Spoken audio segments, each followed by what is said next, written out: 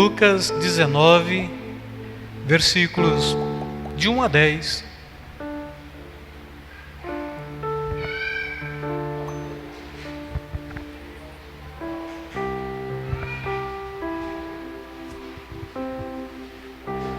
Evangelho de Lucas, médico amado, não é? E Lucas significa aquele que ilumina. E este evangelho também tem uma característica bem distinta. Evangelho das mulheres. Aí, caso vocês queiram saber, eu explico depois, tá bom? Capítulo 19, versículos de 1 a 10. Tema do louvor é o mesmo tema da pregação, não é? Quando a salvação vem. E a referência bíblica, tanto para o louvor quanto para a pregação nesta noite, é esta aqui. E a Bíblia começa narrando: tendo Jesus entrado em Jericó, ia passando, havia ali um homem chamado Zaqueu, que era chefe dos cobradores de impostos, e era rico. Este procurava ver quem era Jesus, mas não podia, por causa da multidão e porque ele era de baixa estatura. Então, correndo adiante, subiu em um sicômoro, ou figueira braba, e para vê-lo, já que havia de passar por ali. Quando Jesus chegou àquele lugar, olhou para cima e disse: Zaqueu, desce depressa, hoje me convém posar em tua casa. Apressando-se, desceu e o recebeu com alegria. Todos os que viram isto murmuravam, dizendo que entrara para ser hóspede de um homem pecador. Mas Zaqueu levantou-se e disse ao Senhor: Senhor, olha, eu dou aos pobres metade dos meus bens, e se em alguma coisa defraudei alguém, eu restituirei quadruplicado. Disse-lhe Jesus: hoje veio salvação a esta casa, porque também este é filho de Abraão. Pois o Filho do Homem veio buscar e salvar o que se havia perdido. Amém? Podem sentar, amados.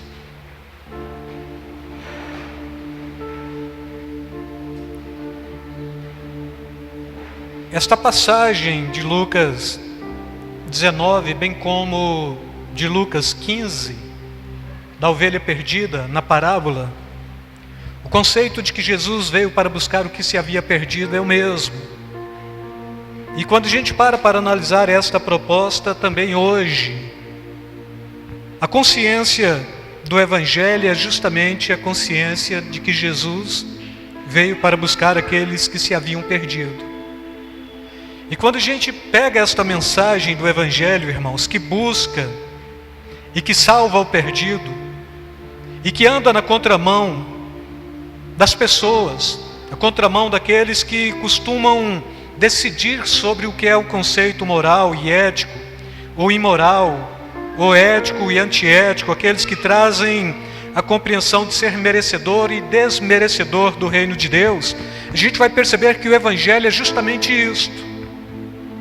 É uma mensagem do contraditório. É uma mensagem da contramão de direção. Não é esta mensagem que se prega o conceito de que pessoas boas devem ser alcançados e de que pessoas boas devem estar no nosso meio, senão que aqueles que foram justificados e se tornaram bons pela graça e pela misericórdia do Senhor Jesus. E quando falamos do reino de Deus, pelo reino de Deus, a mensagem do Evangelho é justamente esta: da contradição, da quebra da moralidade, da quebra da ética, da quebra do conceito, da quebra de paradigmas e de padrões, de tudo aquilo que de alguma forma contradiz o conceito da sociedade constituída e contradiz também o conceito daquilo que a gente chama de normativo. Porque nós não trabalhamos com o normativo, nós não trabalhamos com a ética pela ética, nós não trabalhamos com a moral pela moral, nós não trabalhamos também com estes que trazem em si a proposta de que são donos da verdade, mas nós trabalhamos como cristãos e como aqueles que foram redimidos, com aqueles que estão perdidos, com aqueles que estão perecendo, porque a premissa de Jesus é buscar e alcançar estes que estão por aí. E esta passagem, ela vai traduzir justamente isto. O evangelho que busca os pecadores.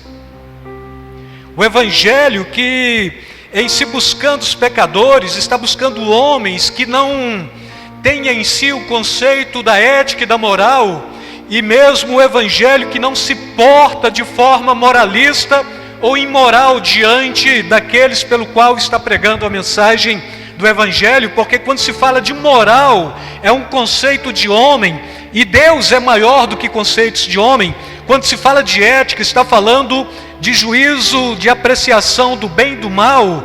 E quando falamos de ética cristã, a proposta não é teórica, mas é alguma coisa que diz respeito a acudir, acolher e assistir o próximo. Buscar o pecador. Buscar aquele que de alguma forma ele não preenche quesitos e requisitos para estarem aqui.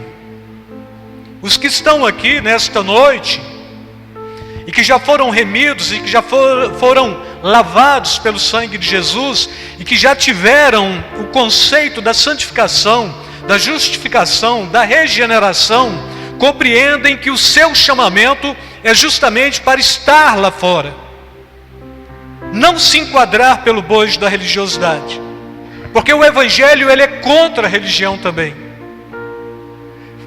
A gente trabalha com o conceito do cristianismo, mas tudo que tem um ismo traz uma militância, e o evangelho ele trabalha contra tudo aquilo que o homem levanta como militância para se opor ou para criar normas e padrões. Então o servo de Deus é este que traz em si esta proposta de obedecer a Deus, não a homens. E se tem que observar alguma coisa, ele não vai observar o conceito do moral, do imoral, do ético, do antiético, do merecedor ou do desmerecedor da graça e da misericórdia de Deus, mas o evangelho é esta coisa que impulsiona os nossos corações e as nossas vidas para estarmos levando a mensagem da graça, a mensagem da paz, a mensagem do Deus que está reconciliando homens, pecadores, transgressores para consigo mesmo. E a gente vai pegar este conceito desta referência bíblica justamente dentro desta proposta. Maior contradição é que os falsos moralistas, justiceiros, supostos donos da verdade, são os religiosos sem piedade. São os religiosos sem misericórdia. São os religiosos que trazem mais juízo de valor do que justiça de Deus e misericórdia de Deus. E a sociedade judaica é uma sociedade estritamente religiosa. Mas o contrassenso é que tem um homem nesta história, Zaqueu. Zaqueu é a abreviatura de Zacarias. É judeu. Só que este homem tem em si algo também que depõe contra, ou que depõe contra a sua pessoa. Ele é um judeu a serviço do Império Romano. Agora de que forma? Da forma mais suja. É publicano, é cobrador de impostos. Mateus, o Levi, do primeiro evangelho, também era um publicano, um cobrador de impostos. Talvez até conhecesse Zaqueu. Talvez fosse até subordinado a Zaqueu, porque Zaqueu ele não era somente um cobrador de impostos, mas ele era chefe dos cobradores de impostos. Mas este homem era judeu. Este homem, ele tinha em si aquilo que de alguma forma violava toda a estrutura da sociedade judaica, porque em sendo judeu, ele trabalhava para o Império Romano contra o povo judeu. Ele espoliava, ele roubava, ele arrancava. O tributo de César, o que era para César, ele pegava aquilo que era para César e ele pegava aquilo também que era para o seu próprio bolso. Porque esta era uma prática do cobrador de impostos desta época, e dentro desse conceito a possibilidade de um cobrador de imposto ser gente boa, ser alguém de ética, de padrão, de moral dentro da sociedade judaica, alguém que frequentava o templo, alguém que estava no círculo da religião, alguém que estava nas sinagogas celebrando e adorando o nome santo do Senhor, era praticamente nula. Porque toda a sociedade olhava para este povo e olhava de uma forma totalmente vingativa, depreciativa. Olhava para este povo como sendo um povo digno do inferno ou digno de condenação. E nesta narrativa a gente percebe algo de suma importância que passa desapercebido da maioria de nós, porque este homem é judeu e Jesus está ali. Esta Jericó não é a Jericó que o Josué derrubou, é outra Jericó, e a Bíblia diz que Jesus está ali envolto de pessoas, a multidão sempre está seguindo a Jesus, e quando Zaqueu olha de longe, ele vê dois problemas graves, sérios. Enquanto ele estava cobrando o imposto da nação, ele tinha a cúria romana, ou ele tinha ali um grupo de soldados, da tropa de elite mesmo, romana, fazendo a proteção dele, mas quando ele deixava de cobrar impostos, terminava o seu turno de trabalho, de serviço, prestado para o Império Romano, então ele era um cidadão comum, e ele não tinha proteção, e o risco de ele ser morto por traição era grande, de ser apedrejado era grande, o risco de ele perder a vida era extremamente grande. Mas este homem, ele chega, e quando ele chega, ele percebe, ele olha a multidão, ele vê o alvoroço, e ele percebe que tem alguém ali naquele centro, naquele meio. Ele sabe, a Bíblia está propondo que ele queria conhecer a Jesus. Ele, de alguma forma, já tinha ouvido falar de Jesus. E todos quantos ouvem falar de Jesus, não quer só ouvir, mas quer conhecê-lo. Porque este Jesus é aquele que tem a mensagem de vida eterna. Este Jesus é aquele que traz transformação de vida. Este Jesus é aquele que traz uma possibilidade de salvação para o pior dos pecadores. Zaqueu, ele se encontra e ele se percebe justamente dentro desta pauta. Primeiro problema que depunha sobre si mesmo, primeiro, ele não se relacionava bem com a sociedade, então ele não podia chegar. A pouca estatura não era problema, porque ele podia entrar por entre a multidão, ficar frente a Jesus, mas o risco maior naquele contexto era a própria multidão, porque se ele chega ali, ele poderia ser apanhado pela própria multidão, e ele poderia pagar com pena capital, ou ele poderia ser morto definitivamente naquele momento, ou no mínimo ser muito espancado. O segundo problema é que ele era de baixa estatura. Então a gente sempre avalia as questões, aquilo que é a priori e aquilo que é posteriori, aquilo que tem mais valor e aquilo que tem menos valor. Então aquilo que é problema primeiro, porque é a posteriori, não era a multidão em si. Ser baixo para ele não representava muita coisa. O que era problema era a multidão, porque se ele entra, ele morre. A estratégia deste homem é um tipo de estratégia até um pouco interessante, porque voltando para o primeiro problema, mesmo sendo judeu, ele tinha esta situação de estar trabalhando contra a nação, então praticamente contra o Deus de Israel. E quando a gente pega o segundo problema, ele não podia estar no meio da multidão, pois corria sério risco de pena capital, e a gente vai perceber isto com muita facilidade quando explicado, mas com muita dificuldade quando lido. Porque a gente pensa, é um homem baixinho, que teve que pedir pepé para alguém ou subir numa árvore para conseguir perceber quando Jesus passasse, e olhando para Jesus saber quem de fato ele era. Agora quando ele vai subir, ou quando ele vai querer de fato visualizar Jesus, a Bíblia diz que ele vai subir num pé sicômoro aqui, ou de figueira brava. E essa figueira brava ela é diferente da tradicional, porque a tradicional, neste contexto, ela tem até 3 metros de altura, tem os galhos mais finos e os frutos são verdes.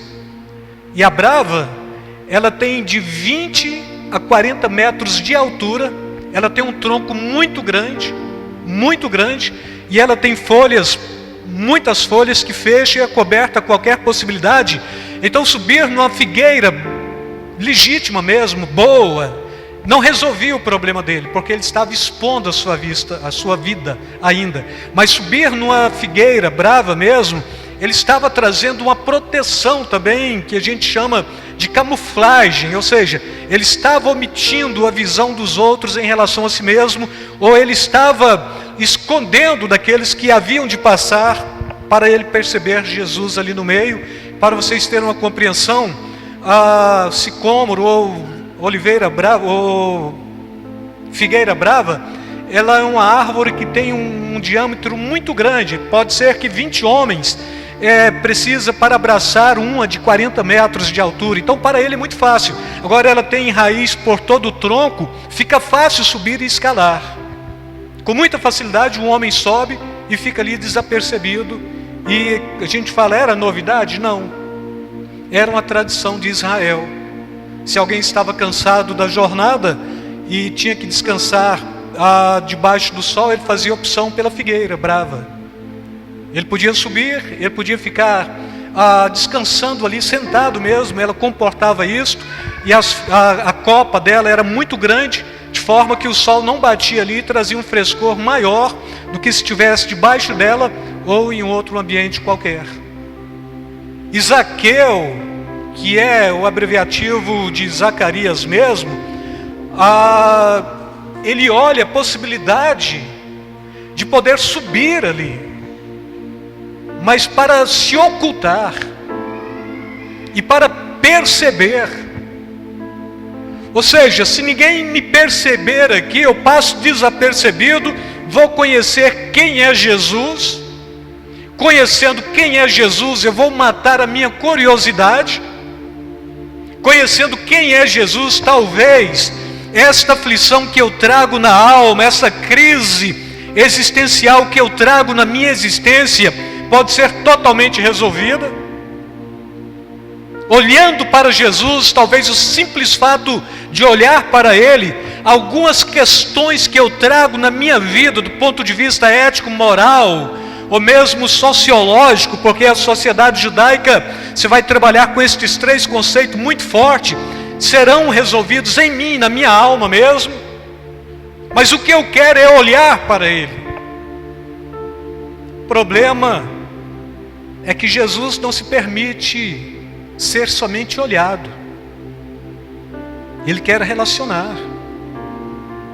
Ele quer poder olhar para você também e demonstrar a reciprocidade. O Cristo somente dos olhos é o Cristo que alguém traz na correntinha, crucifixo, Cristo crucificado, ou na bijuteria, a face de Cristo aqui, você olha, é bonito e assim por diante. É o Cristo histórico que se prega aí pelas culturas. O Cristo olhado é o Cristo que você olha de longe para ter uma percepção pouco sensorial ou pouco epitelial. Você não tem sentimento nenhum, você só está olhando para Ele na perspectiva de que viu e passou e foi bom. E não é assim, irmãos. Ele não se permite, Ele não traz esta questão meramente do ser visto, mas Ele veio como homem para se relacionar com homens. Ele se torna o verbo de Deus encarnado para poder ir até o pecador, para poder relacionar com a mulher do fluxo de sangue, para poder chegar na outra que estava encurvada, para chegar no tanque de Betesda e perguntar ao paralítico: olha, você quer sair desta cama, deste leito?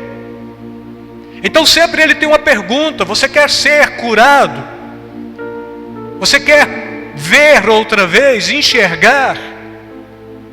Ele sempre tem uma proposta. Então, olhando para Cristo de fato e de verdade, você nunca fica sem uma resposta, porque sempre Ele vai te trazer uma percepção que fala muito profundo na sua alma. ou ele vai te fazer um convite como ele fez a Zaqueu. E quando ele está passando com a turba, com um monte de gente, com a multidão, com as pessoas, a última coisa que ele pensava e que ele imaginava é que Jesus poderia vê-lo. Só que no Velho Testamento, no livro de Gênesis mesmo, a própria Agar, ela traz um conceito do Laai Roi, do Deus que veio ao longe. E Jesus aqui na dimensão do homem perfeito, ele é homem perfeito, mas também ele é Deus perfeito, é 100% homem, é 100% Deus. Zaqueu, ele não estava desapercebido de Jesus, porque esta dimensão deste Deus, o Verbo de Deus, o Filho de Deus, o Deus conosco, ele já estava percebendo Zaqueu e já sabia toda a estrutura daquele homem, sabia toda a causa daquele homem, sabia tudo porque aquele homem passava, sabia a contradição, sabia o conceito da inimizade contra a nação, sabia da sua condição de ser alguém taxado, estigmatizado de ladrão, trapaceiro, picareta, que roubava o próprio povo, que roubava a própria nação. Então ele sabia de tudo isso. Jesus já conhecia Zaqueu antes de Zaqueu existir, porque posteriormente no Evangelho de João ele está falando: antes de Abraão existir, eu sou. E a maioria de nós queremos compreender o Cristo que a gente vê primeiro para crer depois. E para Tomé ele está falando: olha, bem-aventurado aqueles que não viram e creram. E aqui está o Filho de Deus, aquele que vem com uma missão. E por esta questão missionária, a missão de Deus é Jesus, a missão de Jesus é a igreja, a missão da igreja é proclamar o reino de Deus, e fica muito escalonado e muito bem perceptível dentro desta estrutura, porque Deus está levantando homens e tirando os Zaqueus das suas árvores que não produzem bons frutos, para produzir legitimamente, para ser alguém de dignidade que proclame e anuncie o reino de Deus, quer com fala, quer com atitude, quer com postura, quer com esta ética cristã, não ética secular, que você sempre vai procurar o próximo para assisti-lo e para trazer bem a ele. Cristão não pode ser tóxico. A gente trabalha o conceito de dieta hoje, a gente fala que todo bebê, ele é alcalino, porque ele tem pouca acidez, mas todo homem, quando ele vai envelhecendo, toda mulher quando vai envelhecendo, ela vai deixando de se tornar alcalino, vai tornando ácido, e a acidez é que causa câncer, e a acidez é que causa doença, e a acidez é que mata. E todo cristão, ele não pode ser tóxico e nem ácido, mas ele tem que ser este que anuncia, que proclama, que leva vida, que leva paz, que leva reconciliação, que cria situações para abençoar, para relacionar, para se envolver. E este contexto, bom, eu sou crente, eu não posso me relacionar. Você foi chamado para ser luz, e você não pode ser luz se você não brilhar, ou seja, você não pode proclamar o reino de Deus se não tiver relacionamento. Você foi chamado para isto. Eu não me relaciono com o vizinho porque ele não é crente. Você foi chamado para ser sal. O sal é para trazer sabor, é para não deixar perder.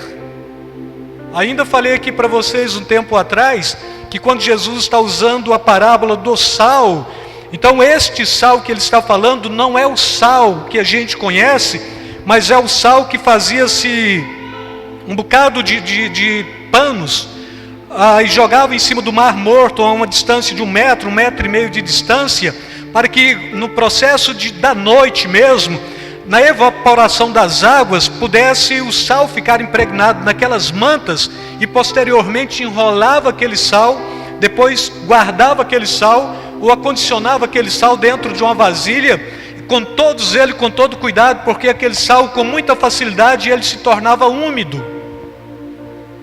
Porque a única forma de comer o sal que se tinha na terra era do Mar Morto, mas o Mar Morto tem muitos minerais e tem muitas químicas, e o que a gente precisa somente do sal. E como tirar o sal? Faz esse processo, põe estas mantas aqui, deixa serenar, o sal fica preso, a gente enrola, depois a gente condiciona. E aí é quando Jesus está falando, se o sal não servir para salgar, ele precisa ser lançado fora. Não é este sal que a gente tem hoje, cloreto de sódio, é outro sal, totalmente diferente.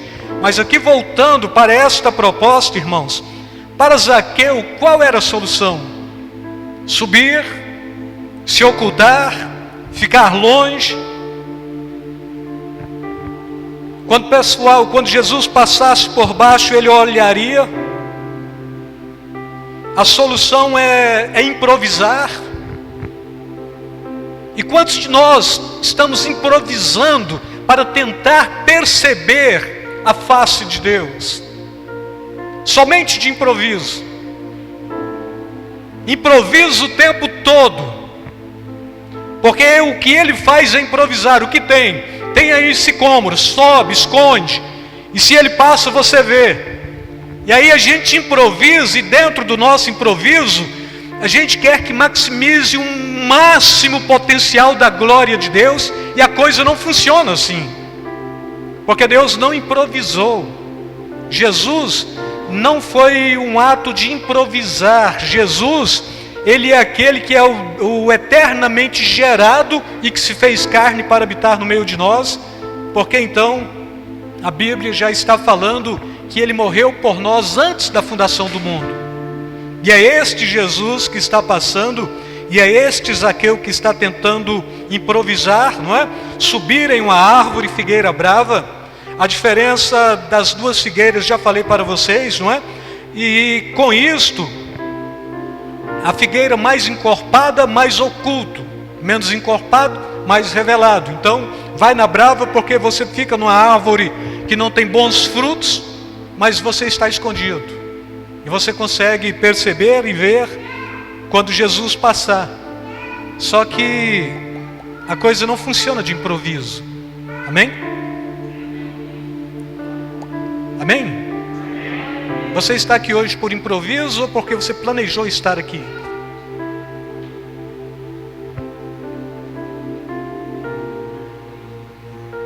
Deus vê tudo. Deus conhece todas as coisas.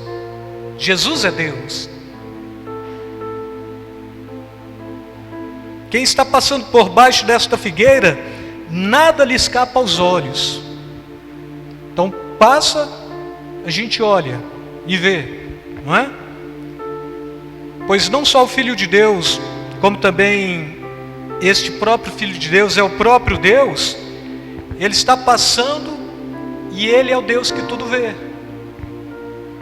Jesus sabe de todas as suas tragédias, sabe de todos os seus dissabores, sabe de todos os seus descontentamentos, sabe da sua alegria, sabe do seu consolo, sabe da sua falta de consolo.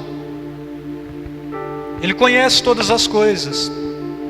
João diz, tudo foi criado por ele, sem ele nada do que foi feito se fez. Então ele conhece muito bem todas as coisas. Nada escapa ao olhar do Filho de Deus. Nada. Nada escapa. Os intentos do coração ele conhece. As motivações da alma ele conhece. Os sentimentos mais profundos ele conhece. Os sentimentos mais rasos também ele conhece. Porque ele é Senhor. O Isaías diz, ele é o Rei da Glória.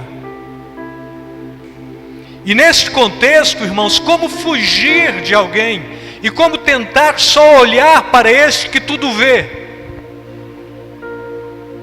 Fica totalmente fora de lógica do ponto de vista de quem conhece a fé cristã e de quem se relaciona bem com o Cristo do Deus vivo, mas é estritamente lógico para quem não se relaciona.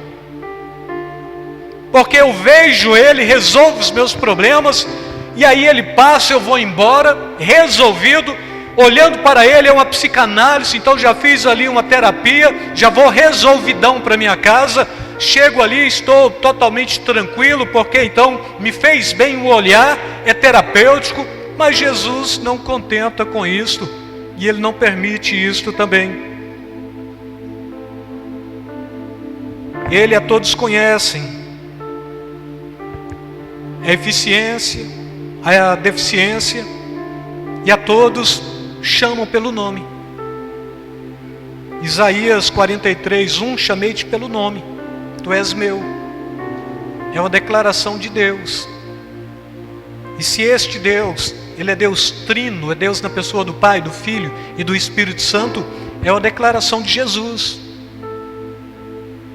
E quando Ele está propondo isto, o próprio profeta Isaías está propondo isto, quem vai sofrer a consequência desta profecia é o próprio Zaqueu, porque ele olha para Zaqueu e fala: desce daí, cara, desce, porque hoje convém pousar na sua casa. Será que Jesus também não está fazendo a mesma proposta para alguns de nós, ou para muitos de nós, ou para todos nós? Desce, para que eu possa pousar na sua casa, socializar com você, relacionar com você. E quando é desta proposta mesmo do desce, irmãos, está falando daquele que chama pelo nome. Esse Zaqueu, ele vai estar estarrecido, mas quem é este que me conhece? Eu estou tentando conhecê-lo, ele já me conhece? Não tem como não descer. Bom, mas a multidão pode te pegar. Bom, mas é melhor obedecer à voz deste cara, porque ele me chamou pelo nome. É melhor obedecer à voz deste homem, porque ele me chamou pelo nome. E quando ele fala, tem autoridade. E quando ele fala, ele desnuda o homem. E quando ele fala, ele quebra as barreiras. E quando ele fala, ele protege. Então a multidão está ali, eu vou descer. E daí, o povo vai me bater? Não vai. Vai me matar? Não vai. Por quê? Porque a voz dele tem poder. Ele compreende isso com muita naturalidade também, não é? E assim, irmãos, o religioso, o hipócrita, o fariseu, a multidão, ambos com um senso comum de justiça, sabe muito bem acusar. Mas você chega no versículo 7, todos, em meio à multidão, que presenciavam o que se passou, começou a murmurar. Ele entrou na casa daquele pecador e vai hospedar lá. Quem é esse cara? É judeu? É o Messias? É o Filho de Deus? Em outra passagem, aparece um fariseu chamado Simão e fala: olha, se este homem fosse filho de Deus e se fosse profeta, ele bem sabia que a mulher que está lavando seus pés é uma pecadora. Então a religião tem esse papel fundamental, ela acusa, ela tenta denegrir a sua pessoa e a sua imagem. Mas a questão aqui de Jesus é que ele não está preocupado com o senso comum, com o povão, com ponto de vista. Ontem ainda, evangelizando alguém, falando da Bíblia, e a pessoa é uma advogada, ela olhou e falou assim: bom, eu creio na Bíblia, mas é difícil defender a Bíblia. Por quê? Porque o pessoal tem uma facilidade tão grande de desconstruir a nossa fé. Porque da última vez que eu fui falar da Bíblia como fonte de verdade e de vida eterna para alguém, esta pessoa chegou em mim e falou: e quem te garante que esta Bíblia não foi uma construção dos padres católicos ou da Igreja Católica? Quem me garante que esta Bíblia não foi uma ordenança do imperador Constantino para que ela fosse confeccionada? Então é difícil para mim crer na Bíblia de fato e anunciar a palavra de Deus como salvação. Aí eu falei: olha, essa Bíblia, você leva ela para um centro acadêmico, é um livro de pesquisa. É simples assim. E todo livro de pesquisa você tem que desabilitá-lo, desacreditá-lo, para tentar encontrar alguma verdade nele. Mas só que quando você pega esta mesma Bíblia e abre no seu leito, no seu íntimo com Deus, ou no púlpito da igreja, ela deixa de ser um livro científico do ponto de vista que acadêmicos vão olhá-la para tentar desabilitá-la. Quando você abre ela na igreja, ela deixa de ser um livro, ela é revelação de Deus, é Deus falando conosco. E se alguém falar, olha, mas a Bíblia foi feita por homens, sim, inspirados pelo Espírito Santo, mas foi uma invenção da igreja católica, então que eles fiquem para lá, porque eu quero tirar proveito da Bíblia, porque sei que abrindo é a revelação da palavra de Deus, e quando Deus fala, eu sinto que Ele está falando comigo, e eu sou edificado. E ela parou e pensou e falou, pois é, eu queria ter este argumento para falar. Bom, hermenêutica você é boa, você é advogada, então faça uma boa hermenêutica. Aí ela baixou a cabeça e falou, como sempre, alguém desconstrói a minha fé e você vem e desconstrói o meu pensamento, ou a minha justificativa. Falei, então é porque você tem que pregar mesmo. Você tem que crer na Bíblia como para a salvação e pregá-la como palavra revelada de Deus para a salvação da humanidade, não é? E a gente vai pegar isto bem aqui, irmãos, é palavra de Deus. Desce depressa, é para você. Convém pousar na sua casa, é para você nesta noite. A multidão deixa passar, os religiosos deixam passar, os hipócritas ignoram. Porque o hipócrita vai continuar sendo hipócrita, o religioso vai continuar sendo religioso, a multidão vai continuar sendo multidão, e você é que está sendo chamado para o encontro genuíno e verdadeiro.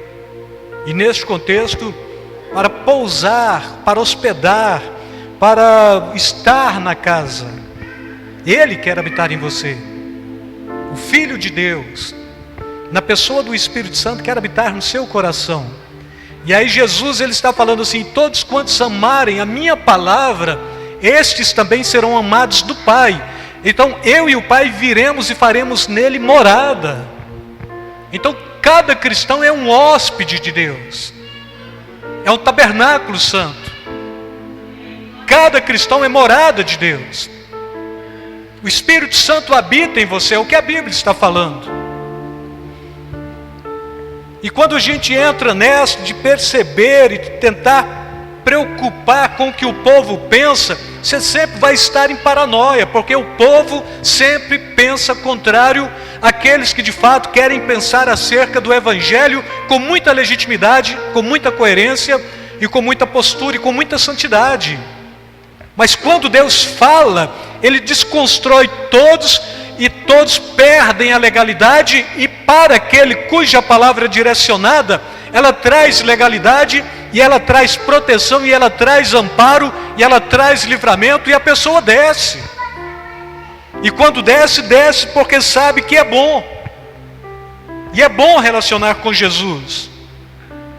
A vida eterna é uma proposta para os pecadores, para as ovelhas perdidas da casa de Israel naquele contexto, mas para as ovelhas perdidas, para os que são discriminados.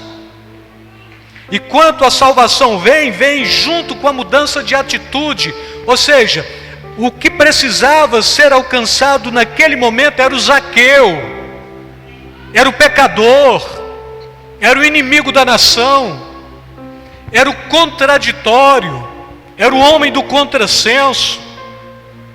Mas era este que queria ter uma postura totalmente diferente, uma ovelha perdida, alguém totalmente abandonado, alguém totalmente discriminado. Quantos de nós não somos o tempo todo discriminados? Você é pastor? Sou. Então, tem gente que discrimina o pastor. Você é crente? Sou. Tem gente que discrimina o crente. Aí se você fala, olha, eu não tenho nenhum tipo de preconceito, aí todo mundo olha para você com alegria. Porque preconceito, nesse conceito, é um conceito pré-estabelecido, e a Bíblia é um livro de preconceito, neste termo, porque então já é algo que foi escrito para você olhar e perceber o que há de ser, o que há de vir e crer nela, porque já é um conceito antecipado para a sua salvação. Amém? Não que eu seja preconceituoso por mim mesmo, mas sim que eu compreendo a palavra de Deus como sendo alguma coisa que já foi criada para o meu benefício, que já falou de mim, já falou de um bocado de gente e já falou de um bocado de militância, de minoria por aí. Este é o grande problema. E a gente não para perceber até mesmo a pegadinha da nossa língua portuguesa. Falou, eu não sou preconceituoso, eu não tenho nada a ver com isto. E olha, eu não sou, mas também não sou contrário a quem é, eu respeito. A Bíblia manda eu não respeitar o pecador. A Bíblia manda eu não respeitar o réprobo, o homem mau. É bem-aventurado aquele que não respeita o réprobo. E aí a gente, por uma militância, respeita o réprobo, o homem mau. E a Bíblia está falando que você pode ir para o céu antecipado também. Porque esta gente má que tem por aí pode te mandar para o céu, antes de Jesus te chamar. Bom, e se eu for antes? Não é que você foi antes do combinado, é que Deus deixou acontecer mesmo, porque a ironia é que tem que ter sangue de crente sendo derramado para que a igreja cresça. Em toda a história da igreja, o único período que não tem sangue de crente derramado é agora. E a igreja já não está crescendo, ela está inchando, inflando. Aí você fala, bom, mas a igreja tem 5.000 membros. Mas o que o pastor está pregando? Não, é terapia motivacional. Para quê? Tem disciplina nisto? E quando perder a motivação?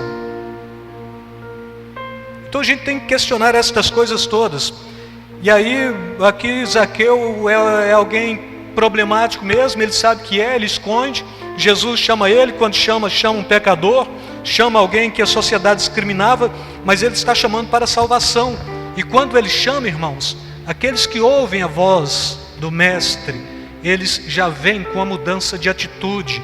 Versículo 8, o próprio Zaqueu olha para Jesus, compreende quem é Jesus, à medida que Jesus está falando, relacionando, e ele joga essa máxima aqui do versículo 8, eis a metade dos meus bens, Senhor. Ou seja, separei, essa metade aqui é tudo que eu tenho, é esse globo. Esta metade aqui está para lá, esta metade é minha. Agora você pode pegar esta metade e você pode doar aos pobres. Pensa se esse homem valia o equivalente a 1 bilhão de reais hoje. Ele tinha um processo de enriquecimento ilícito. Ele pegou 500 milhões e doou, e ficou com 500. E quando você tem um encontro com Jesus, você compreende o que não é seu, não é. E você tem que restituir. Olha, e tem uma coisa, e se eu defraudei alguém, eu quero restituí-lo 4 vezes mais. Bom, mas é porque ele estava falando para Jesus, ele queria ser bonzinho. Não, ele estava sendo confrontado pela ação e pelo poder do Espírito Santo. Eu não quero riqueza que não seja subproduto do meu trabalho. Eu não quero riqueza que seja ilícita. Eu não quero riqueza que traz a raiz de todos os males. Mas eu quero viver com dignidade. Eu quero ter o sustento com as minhas próprias mãos. Se eu estudei para ter uma capacidade de um ganho melhor, então quero ter um ganho melhor. Se eu não estudei para ter uma qualidade melhor de vida, então que eu tenha um ganho menor, mas que eu tenha dignidade para viver. Ninguém quer cesta básica, todo mundo quer dignidade. E dignidade vem com o trabalho. E Zaqueu aqui, ele está querendo ser alguém que vive única e exclusivamente daquilo que é fruto do seu suor de trabalho, e não daquilo que ele solapou, daquilo que ele roubou, daquilo que ele trapaceou, daquilo que ele enganou para ter.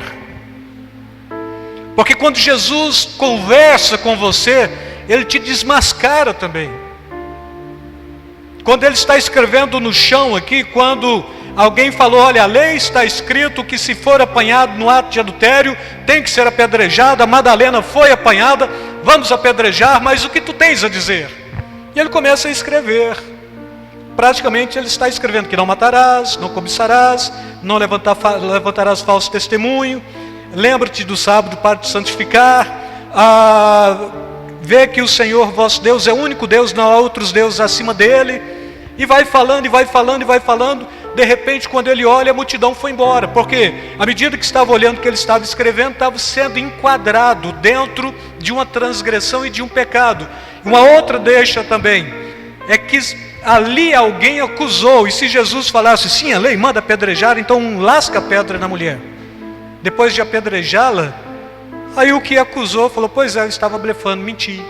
A gente não levou para os anciãos, nem para os juízes, e nem para o sumo sacerdote dar a sentença. Quem seria apedrejado? Jesus. Então o crente tem que compreender que até a palavra tem que ser dita na hora certa. Mas tudo que ele está fazendo, ele está mostrando para você que ele já te conhece.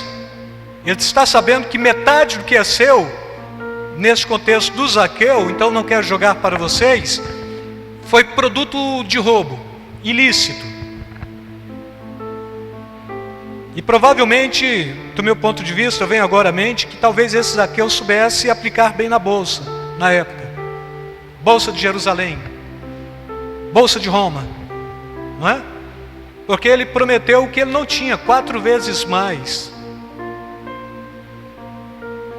Ele deve ter ganhado muito dinheiro, ou feito girar muito dinheiro, para saber que ele viveria daquilo. E o dito sentencioso, irmãos, quando a gente está trabalhando teologia, a gente trabalha apotegma, a gente trabalha dito sentencioso. Dito sentencioso, esse versículo 9, ele é um dito sentencioso, e o próprio Jesus olha para ele e traz esse dito: hoje houve salvação nesta casa. Isto pode ser um dito sentencioso de Jesus para cada um de nós nesta noite. Hoje houve salvação nesta casa.